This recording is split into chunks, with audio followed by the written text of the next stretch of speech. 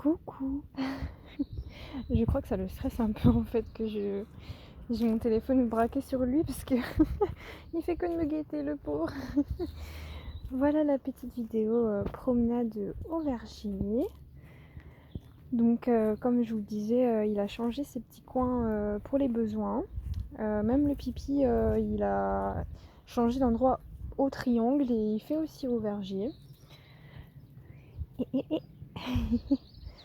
Donc du coup comme en ce moment il squatte pas mal la chambre de mon beau-fils parce qu'il est tranquille, les chats ne font pas de bruit dans cette pièce, il est vraiment en pépouze comme on dit.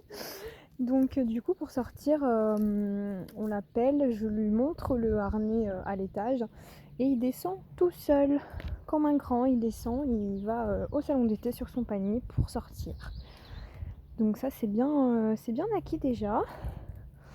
Et comme je vous disais aussi, son circuit a changé. Maintenant, on fait un triangle, un verger. Et ça pendant 3 fois. Pour l'instant, 3 fois. Ce sera certainement plus après. Mais c'est lui, du jour au lendemain, qui a changé son circuit. Il nous a bien fait comprendre qu'il n'avait pas envie de refaire le triangle. Hein, donc il s'est mis en position d'aller direction le verger. Puis on a très vite compris que c'était ça. Et mon grand prend un peu ses petites aises dehors, donc ça c'est chouette. Enfin, ça paraît pas grand chose, mais je me dis quand même changer son coin pipi, changer un petit peu son circuit de lui-même. Enfin, je trouve que c'est quand même une super belle étape, donc je suis super contente et très fière de lui comme tous les jours. Et voilà, tout va bien.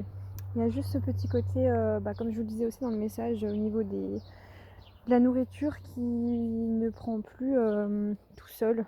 J'ai essayé de changer de pâté, ça n'a pas vraiment eu l'effet escompté, mais en tout cas il mange quand même, hein. Une fois qu'il est lancé ça va, mais il faut surtout pas qu'il y ait un bruit par contre, hein, parce que s'il y a un petit bruit, un petit quelque chose pendant qu'il mange, là il s'arrête et c'est plus possible, mais il a bon appétit, il fait bien ses selles, il gargouille un petit peu du ventre, mais ça je suppose que c'est parce qu'il mange couché.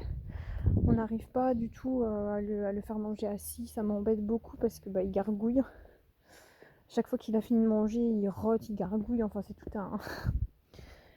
Il fait tout plein de bruit et je pense que c'est lié au fait qu'il mange couché. Parce qu'en termes de digestion, c'est quand même pas terrible, donc on essaye, mais comme il n'est pas hyper intéressé par la nourriture, du coup c'est pas hyper évident.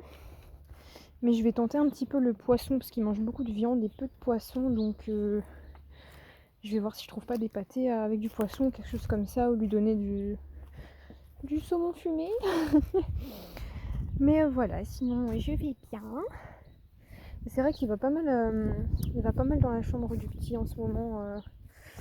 Puis dès qu'il voit un chat, il s'en va. Donc comme ça au moins.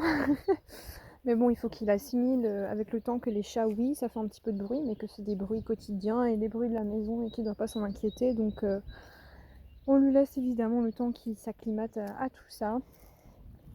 Et oui, ça fait un mois, mon toutou. Tu te rends compte, ça passe tellement vite. Mais voilà, petit bébé Igor. Tu fais un coucou? T'as pas trop reniflé là, je crois. Hein. Bon, ça dépend. Des fois, il renifle, des fois un petit peu moins. Ça dépend des moments. Et. Ah, je le vois, ça le stresse quand je le regarde. Non, parce que j'ai aussi remarqué un truc, c'est que il préfère quand je parle pas.